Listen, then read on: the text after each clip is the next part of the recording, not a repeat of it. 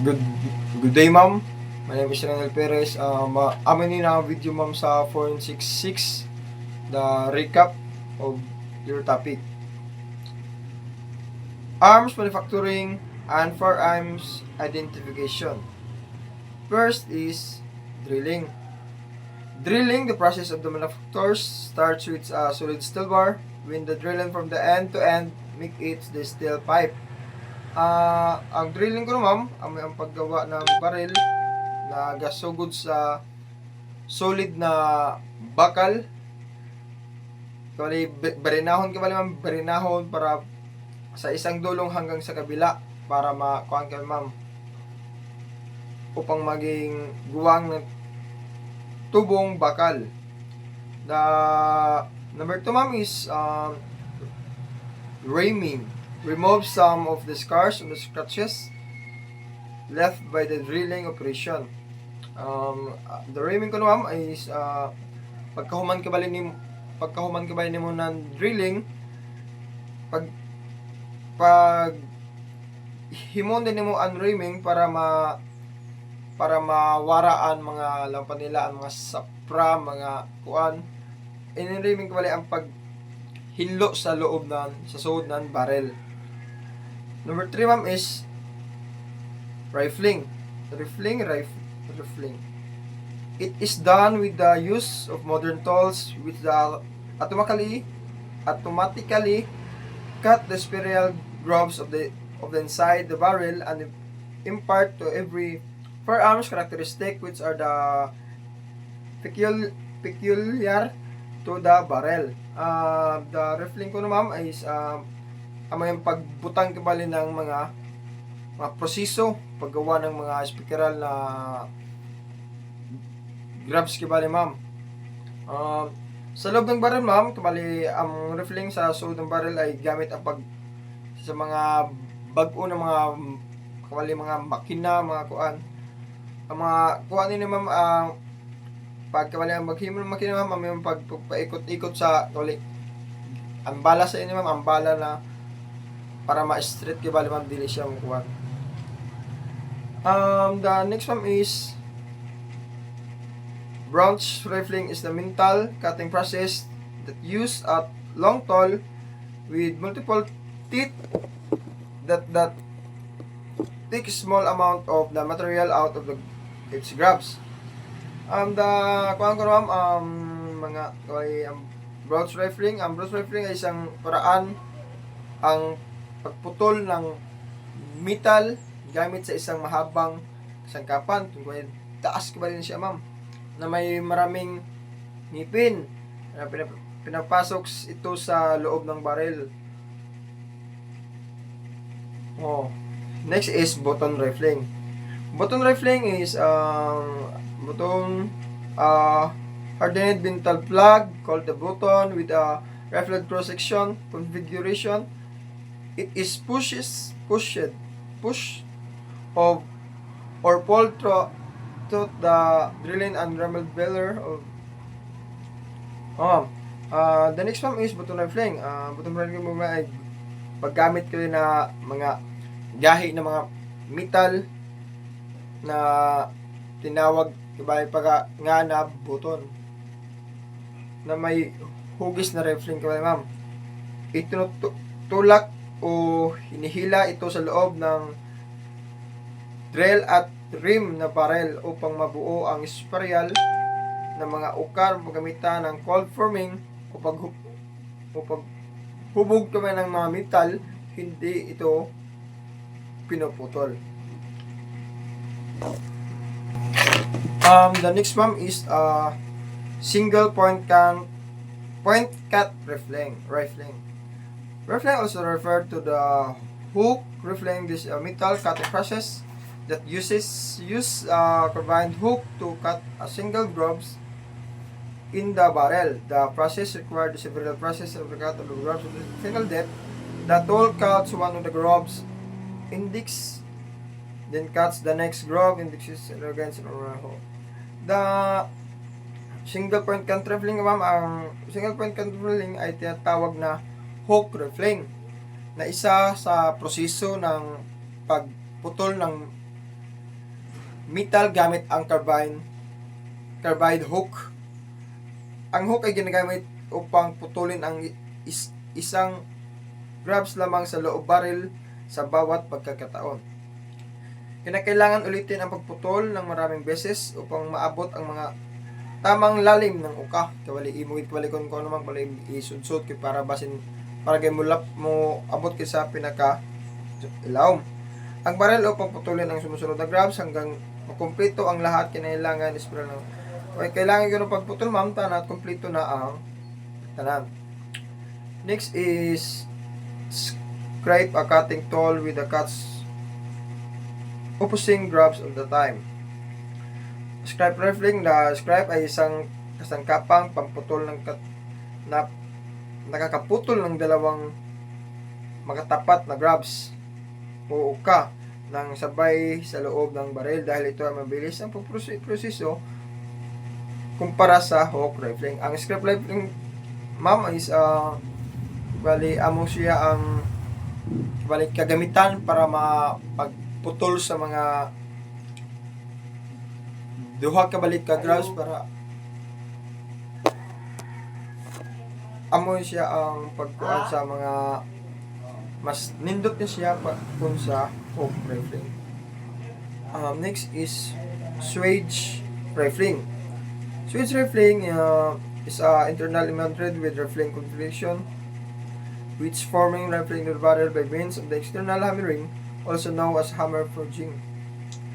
Ang isang paraan ng paggawa ng rifling gamit ng mandrel ay isang bakal na hulmahan, kawali isa kawali ka bakal na kawali kung sa kampas ng duganan na may disensiyo na rifling sa loob. Ang mandrel ay isang pinapasok sa barrel at pagkatapos ay pinapalo sa sipil ng malakas na lalabas ng barrel gamit ang mga makina upang mahubo ang loob nito ayon hubis ng mandrel.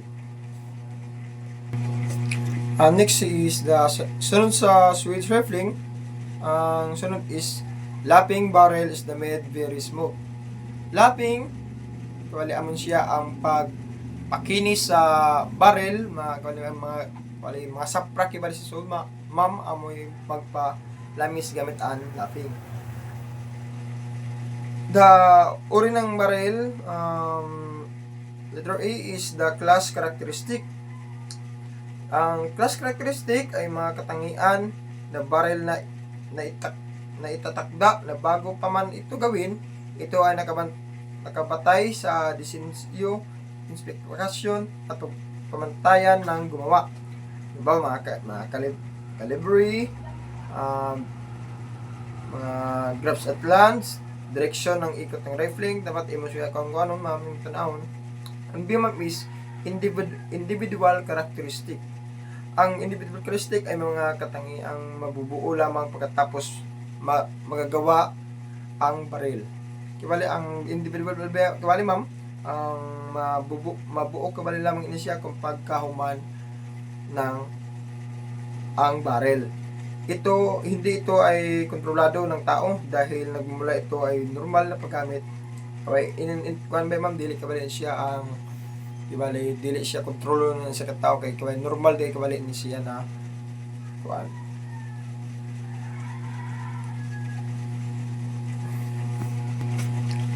Next is the class characteristic of firearms. First is bore diameter.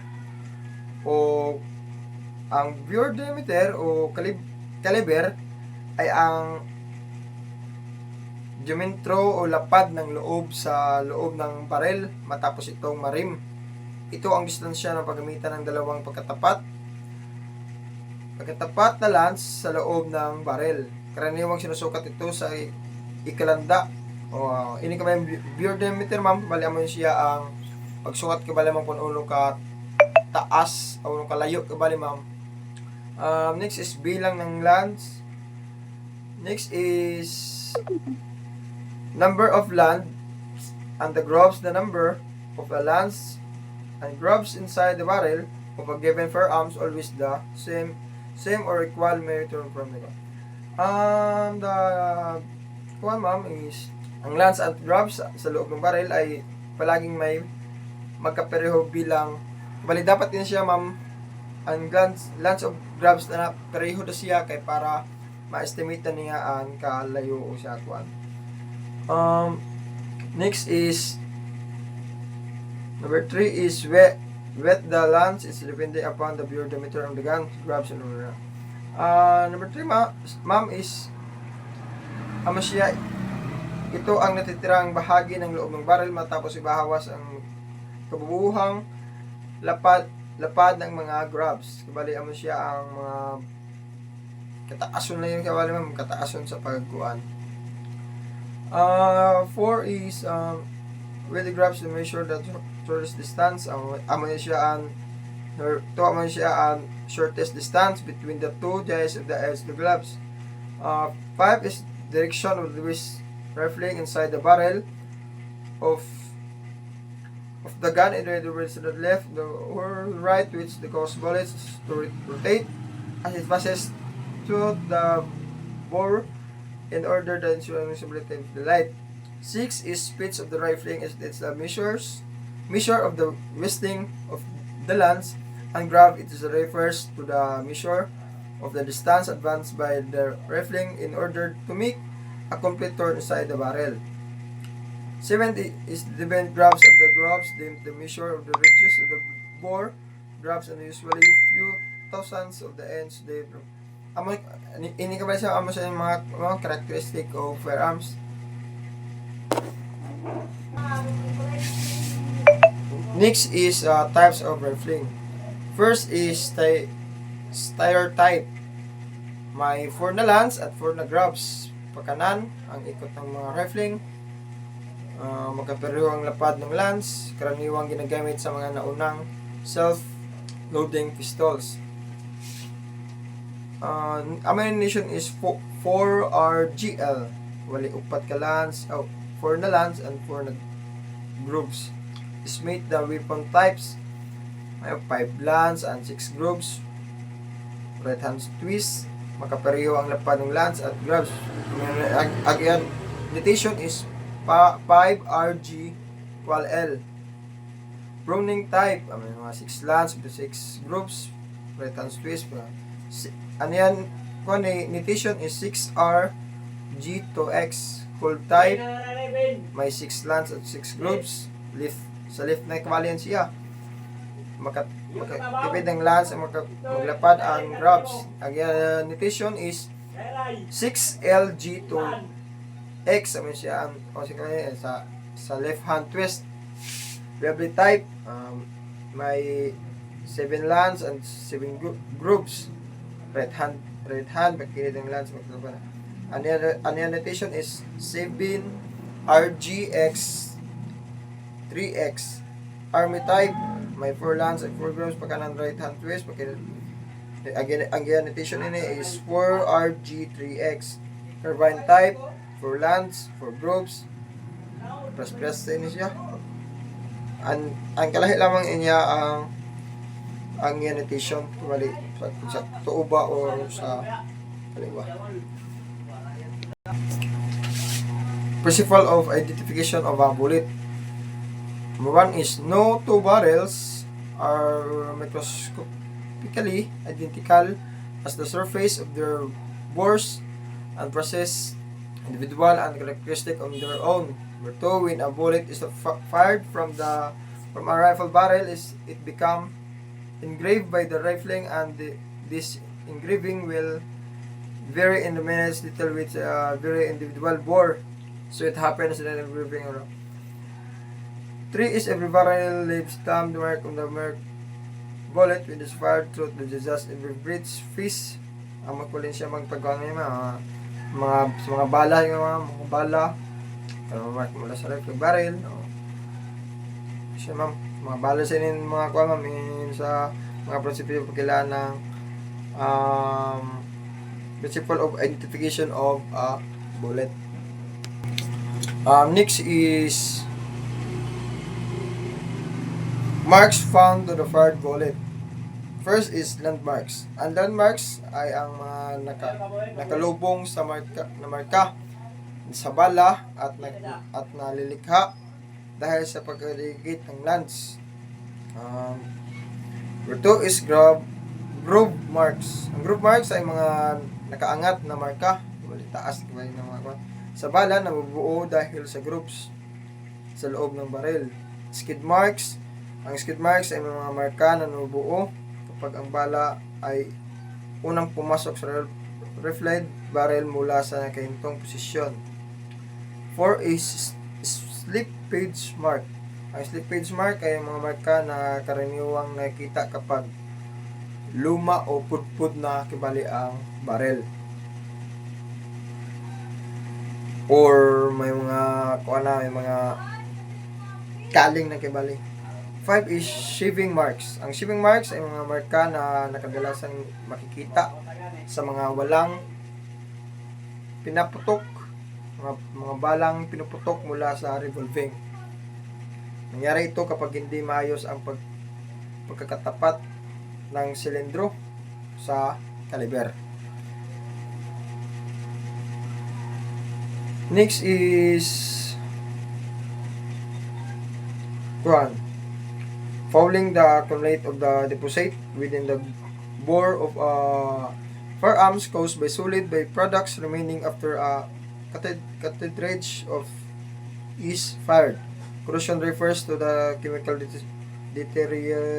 deterioration of the metal due to oxidation like rust, erosion, the wearing of the barrels, and makwalin siya mga iba mga fouling. Ang fouling ay ang naipong deposito o wali mga mga basyo kabali sa bala.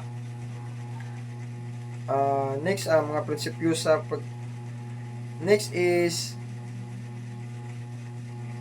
principle of identification of shell. Kaina mo sa principle of identification of bullet in sa shells na sab. Ang shells is first is ang brands ay physical ng bawat baril ay may nakatanging marka. Kibali mo siya ang mga kibali lukma sa tangian naman ibaba sa ibang baril. To ang baril ay naiwan sa fingerprint. Kibali ang ma'am,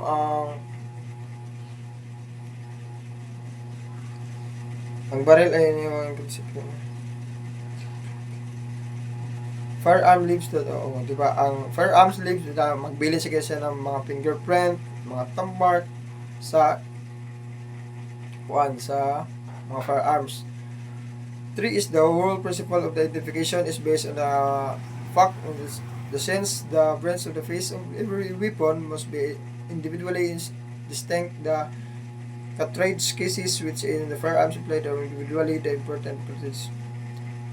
Masensya mga pagpangunahing prinsipyo, sugod mga prinsipyo ng pagkilala sa mga basyo. Kaya for example pagtira naman ng pistol, pagbutok may mga basyo sa mabilin matanaw sa mga basyo kung uno na pusil ang gapabuto. Amunod to ma'am, thank you.